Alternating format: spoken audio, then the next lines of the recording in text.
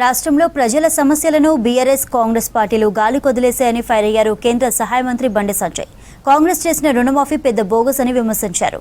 ప్రజలకిచ్చిన హామీలు నెరవేర్చడంలో రేవంత్ సర్కార్ విఫలమైందన్నారు. 2 లక్షల రుణమాఫీ పూర్తయ్యే వరకు ప్రభుత్వంపై ఒత్తిడి తెస్తామన్నారు బీజేపీ ఎంపీలు.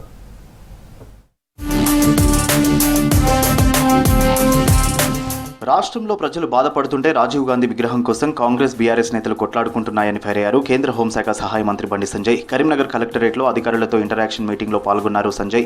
ఆ తర్వాత కాంగ్రెస్ బీఆర్ఎస్ పార్టీలపై తీవ్ర విమర్శలు చేశారు. రుణమాఫీపై ప్రభుత్వాన్ని రైతులు నిలదీస్తున్నందునే ఆ అంశాన్ని పక్కదారి పట్టించేందుకు రాజీవ్ విగ్రహాన్ని తెర మీదకు తెచ్చారని ఆరోపించారు కేంద్ర మంత్రి. ప్రజలేమో రుణమాఫీ, రైతులు రుణమాఫీ ఇవ్వాలని వాళ్ళు బాధపడుతున్నారు, బోనస్ ఇవ్వాలని బాధపడుతున్నారు, రైతు భరోసా ఇవ్వాలని వాళ్ళు బాధపడుతున్నారు.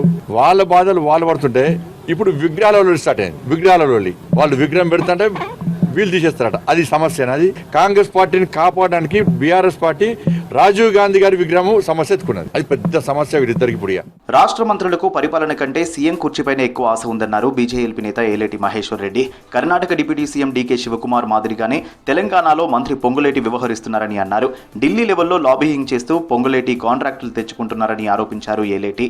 ఈ రాష్ట్రంలో జరుగుతున్న పరిణామాలు చూస్తూ ఉంటే, రాజకీయ పరిణామాలని బేరీజు వేస్తూ ఉంటే డీకే శివకుమార్ పాత్ర పొంగులేటి శ్రీనివాసరెడ్డి పోషిస్తున్నట్టు కనపడుతున్నది. ఈ రోజు పొంగులేటి శ్రీనివాసరెడ్డి కలుగుతున్నటువంటి పావులు ఢిల్లీలో ఇవన్నీ చూస్తూ ఉంటే ఆయన ఇంకేదో పెద్ద పదవి మీద కన్ను పడ్డట్టుగా మాకు అనుమానాలు వస్తున్నాయి. ప్రజలకు ఇచ్చిన హామీలు అమలు చేయడంలో రేవంత్ రెడ్డి ప్రభుత్వం విఫలమైందన్నారు మహబూబ్ నగర్ ఎంపీ డీకే అరుణ.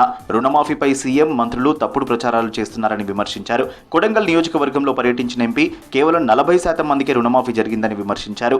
2 లక్షల రుణమాఫీ గురించి వాళ్ళు చేసామని చెప్పుకుంటున్న అయిపోయిందన్నట్టు మాట్లాడుతూ ఉన్నారు. కానీ ఎక్కడ కూడా 2 లక్షల రుణమాఫీ ఇప్పటిదాకా అందరు రైతులకు అందలేదు. 2 లక్షల రూపాయల రుణమాఫీ కానటువంటి రైతులు ఇంకా దాదాపు 60% పైన రైతులు ఉన్నారు. ఇంకా రైతు రుణమాఫీ పూర్తి స్థాయిలో కాలేదన్నారు మెదక్ ఎంపీ రఘునందన్ రావు. 8 నెలల పాలనలో రైతు బంధు ఇవ్వకుండా కాంగ్రెస్ ప్రభుత్వం రైతులను ఇబ్బంది పెడుతుందని ఆరోపించారు.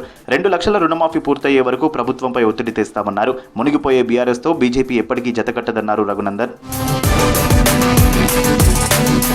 హైడ్రా ఆఫీసర్లు పేదల్ని ఇబ్బందులు పెడుతున్నారని ఫైర్ అయ్యారు బీజేపీ ఎమ్మెల్యే వెంకటరమణారెడ్డి. పర్మిషన్ తీసుకుని కట్టుకున్న ఇండ్లను కూల్చేస్తున్నారని, అసలు పర్మిషన్ ఇచ్చిన అధికారుల సంగతి ఏంటని ప్రశ్నించారు. గ్రీన్ పెన్నుతో గెజిట్ సైన్ చేసి పర్మిషన్ ఇచ్చిన ఆఫీసర్ల చేతులకు బేడీలేసి జైల్లో పెడితే తప్ప చెరువులు, ప్రభుత్వ భూములు కబ్జాలు ఆగవన్నారు వెంకటరమణారెడ్డి.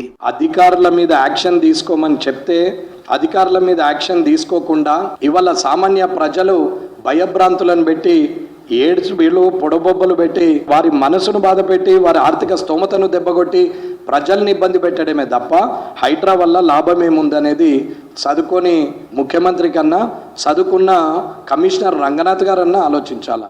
ప్రజలను మోసం చేయడంలో కాంగ్రెస్ బీఆర్ఎస్ ఒకటేనని విమర్శిస్తున్నారు బీజేపీ నేతలు. పూర్తి స్థాయి రుణమాఫీ చేయకుండానే మంత్రులు గొప్పలు చెప్పుకుంటున్నారని అన్నారు.